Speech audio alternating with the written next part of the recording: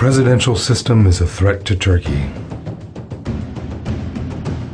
The presidential system is a risky form of administration that prepares the way for despotic regimes, since it also brings federalism with it.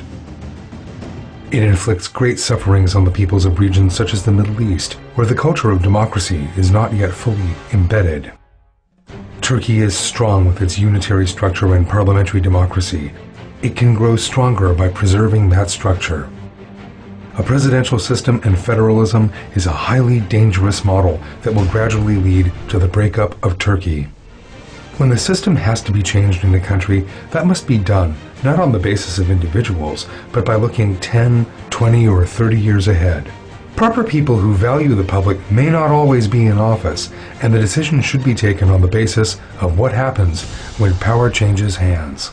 Beware, the presidential system is a model being imposed by the global secret state apparatus to lead Turkey to a dead end and break it up. It is also a system that will benefit deep state structures and those who wish to run the state from behind the scenes. The presidential system is a threat because the presidential system prepares the way for authoritarian regimes. One of the first places that come to mind when the presidential system is mentioned is the USA. However, when we look at other countries with such a system, a very interesting picture emerges. Most Central and South American countries, some African countries such as Kenya, Tanzania, Uganda, Sudan, Zambia, and Sierra Leone, Iran, Kazakhstan, Turkmenistan, Azerbaijan, Armenia, and Afghanistan all have presidential systems. As many of these countries show, the presidential system brings with it anti-democratic norms and a slide toward authoritarian regimes. The experience of presidential systems in Latin America and third world countries has led to dictatorships and military regimes. Because one of the riskiest aspects of the presidential system is that there are only very limited legal and democratic means of stepping in until the incumbent's term of office has ended. A president elected by a bare majority and with wide-ranging powers will remain in office even if he adopts capricious policies not approved of by the public and that fly in the face of reason, logic, and good conscience. It is impossible for a president's term in office to be ended through a vote of no confidence. There are no regulatory systems such as the tabling of questions and no legal holding to account as there are in the parliamentary system. This will result in social tensions and even fractures. Instability and upheaval will reign.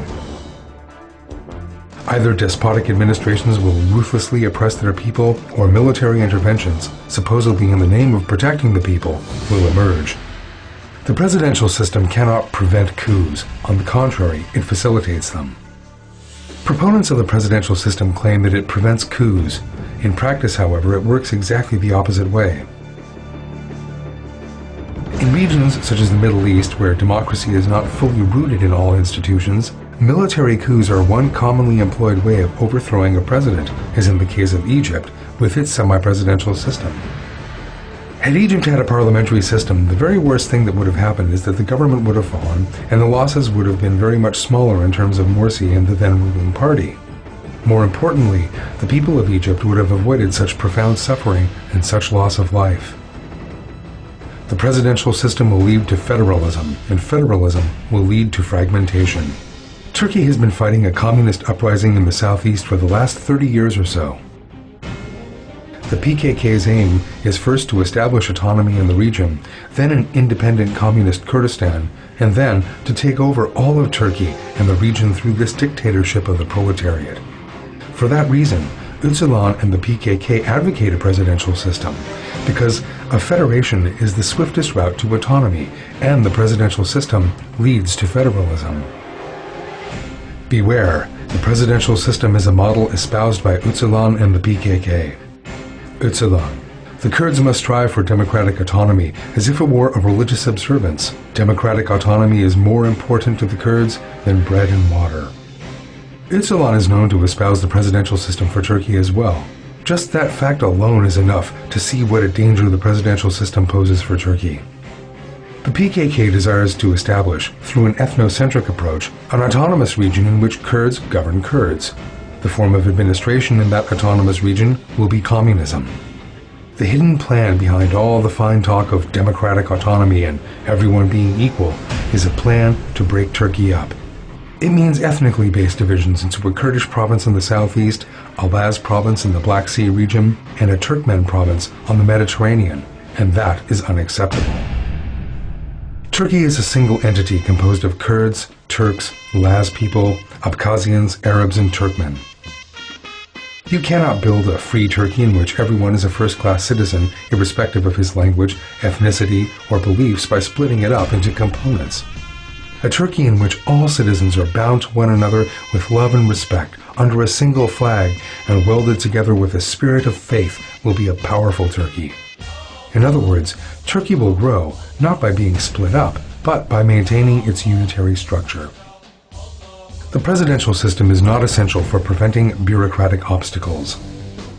The idea that it is easier to overcome bureaucratic obstacles with a presidential system does not reflect the truth.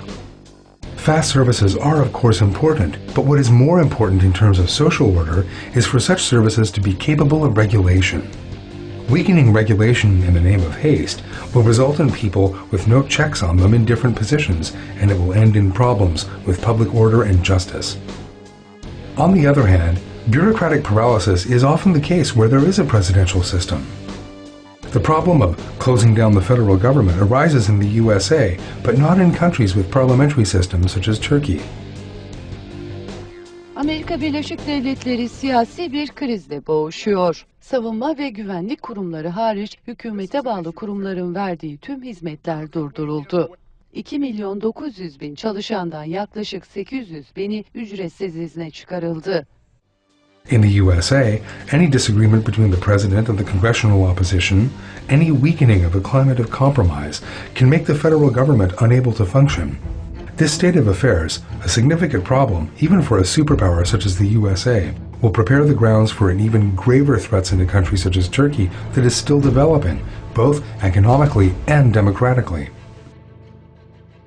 Turkey must strengthen its unitary structure and parliamentary system. All kinds of reforms needed for Turkey to grow fast and strengthen must be carried out. However, all these reforms must be based on maintaining Turkey's unitary structure. All these steps required for Turkey to become a first-class democracy must also be taken, yet these steps must be taken with Turkey's interests in mind. In order for the ideal of a great Turkey to become a reality, and for Turkey to become strong enough to protect all of the weak, it is essential for Turkey to become a country that maintains its unitary structure.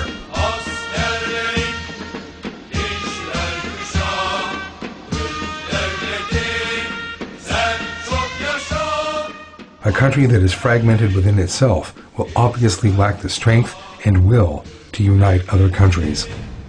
What needs to be advocated for a world in which the Islamic world is united as brothers is not a presidential system that will break Turkey up into smaller components, but the idea of an Islamic Union that is a genuine defender of justice, peace, human rights, love, brotherhood, democracy, and liberty.